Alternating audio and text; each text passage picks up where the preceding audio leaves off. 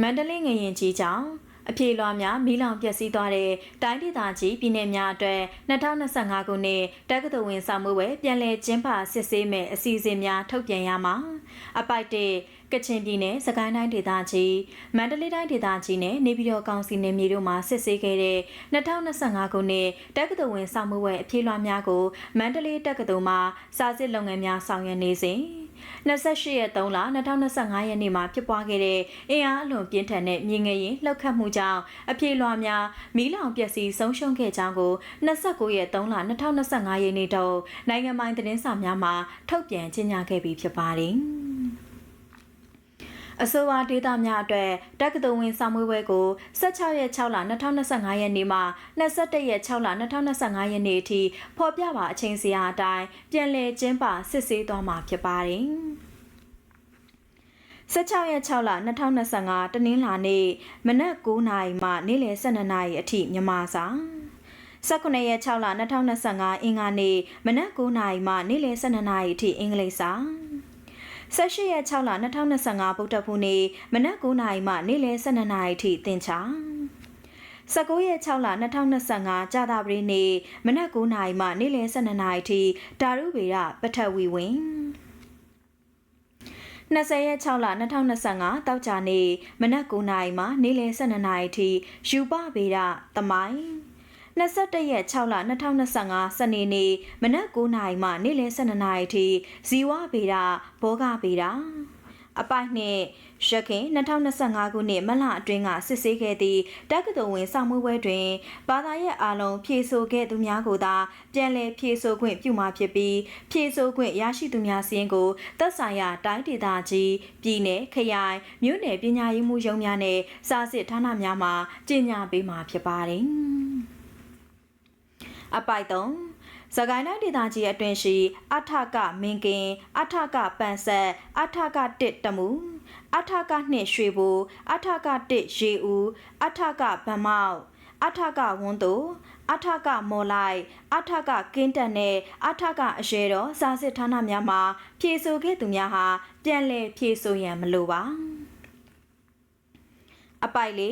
2025ခုနှစ်မတ်လမှာကျင်းပခဲ့သောစာစစ်ဌာနများအနက်ဖော်ပြပါဆရာရှိစာစစ်ဌာနများသည်ရှင်တွဲဖော်ပြထားသောပြောင်းလဲဖြေဆိုရမည်စာစစ်ဌာနများတွင်ဖြေဆိုရမှာဖြစ်ပြီးဤဇယားတွင်မပါဝင်သောကျန်စာစစ်ဌာနများမှာမူလစာစစ်ဌာနများ၌သာဖြေဆိုရပါမည်စကိုင်းတိုင်းဒေသကြီးမှာ2025ခုနှစ်မတ်လတွင်ဖြေဆိုခဲ့သည့်စာစစ်ဌာန1အထက1စကိုင်းမှာပြောင်းလဲဖြေဆိုရမည်စာစစ်ဌာနစကိုင်းပညာရေးတက္ကသိုလ်2အထက3စကိုင်းမှာစကိုင်းပညာရေးတက္ကသိုလ်မန္တလေးတိုင်းဒေသကြီးမှာ2025ခုနှစ်မတ်လတွင်ဖြေဆိုခဲ့သည့်စာစစ်ဌာန1အထက73မန္တလေးမှာပြောင်းလဲဖြေဆိုရမည်စာစစ်ဌာနအထက73အထက3အထကခွဲ8မန္တလေး2အထကခွဲ2မန္တလေးမှာအထကခွဲ2အထကခွဲ12မန္တလေး3အထက12မန္တလေးမှာအထက12အထက16မန္တလေး4အထက9မန္တလေးမှာအထက9အထက34မန္တလေး5အထက26မန္တလေးမှာအထကခွဲ73အထကခွဲ3မန္တလေး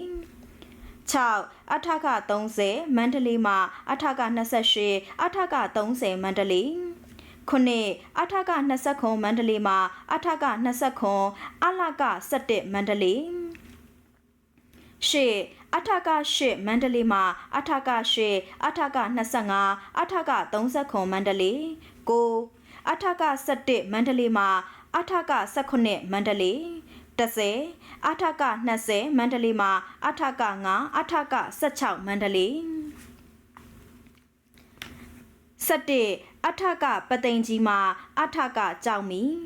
12အထကမတရားမှာအထကမြို့သေး73အထက1အမရပူရာမှာအထက2အမရပူရာ14အထက1ကြောက်စဲမှာအထက1အထက2ကြောက်စဲ15အထကစင်ကိုင်မှာကြောက်စဲတက္ကသိုလ်16အထကမြစ်သားမှာအထကစက်မှုစိုက်ပျိုးမွေးမြူရေးမြစ်သား စကွန်အထကကူမဲမြစ်သားမှာအထကတာလွန်မြစ်သား18အထကနထိုးကြီးမှာအထကဟန်မြင့်မိုကြောက်ဆယ်19အထကဝမ်းတွင်မှာအထကတဲတော်ဝမ်းတွင်နေပြည်တော်ကောင်စီနယ်မြေမှာ2025ခုနှစ်မတ်လတွင်ဖြည့်ဆို့ခဲ့သည့်စာစစ်ဌာန1အထကငန်းဆက်မှာပြောင်းလဲဖြည့်ဆို့ရမည့်စာစစ်ဌာနအထကခွဲကျွဲရှင်2အထကစနစ်ဥဒရတီရီမှာအထကစနစ်အထကခွဲရွှေနသာ3အထကကြီးအောင်ကံမှာအထကခွဲမင်္ဂလာဒီပါ4အထက1ပြင်မနာမှာအထက2ပြင်မနာ5အထကတစ်လေးလုံးမှာအထက5ပြင်မနာ6အထကညောင်မင်းသားမှာအထက5ပြင်မနာ9အထက9ဇဘူတီရီမှာအထက5ဇဘူတီရီ10အထက1လဲဝေးမှာအထက1အထက2လဲဝေး9အထကတာဝတိမှာအထကတာဝတိအထကပြန်ချီ10အထက18ဒက္ခိဏတီရီမှာအထကခွဲရန်အောင်မြင်အပိုင်ကယခုပြန်လည်ကျင်းပမည်တက္ကသိုလ်ဝင်စာမှုဝဲအတွက်ဖြည့်ဆို့ခွင့်ကပ်ပြားများကိုမိမိတို့ဖြည့်ဆို့ရမည်စာစစ်ဌာနများတွင်သက်ဆိုင်ရာတက္ကသိုလ်ဝင်စာမှုဝဲကြီးကြပ်ရေးမှူးများထံမှ1ရက်6လ2025ရက်နေ့မှ15ရက်6လ2025ရက်နေ့အတွင်းဓာတ်ရိုက်ထုတ်ရမှာဖြစ်ကြောင်းမြန်မာနိုင်ငံစာစစ်ဦးစီးဌာနမှသတင်းရရှိပါရရှင်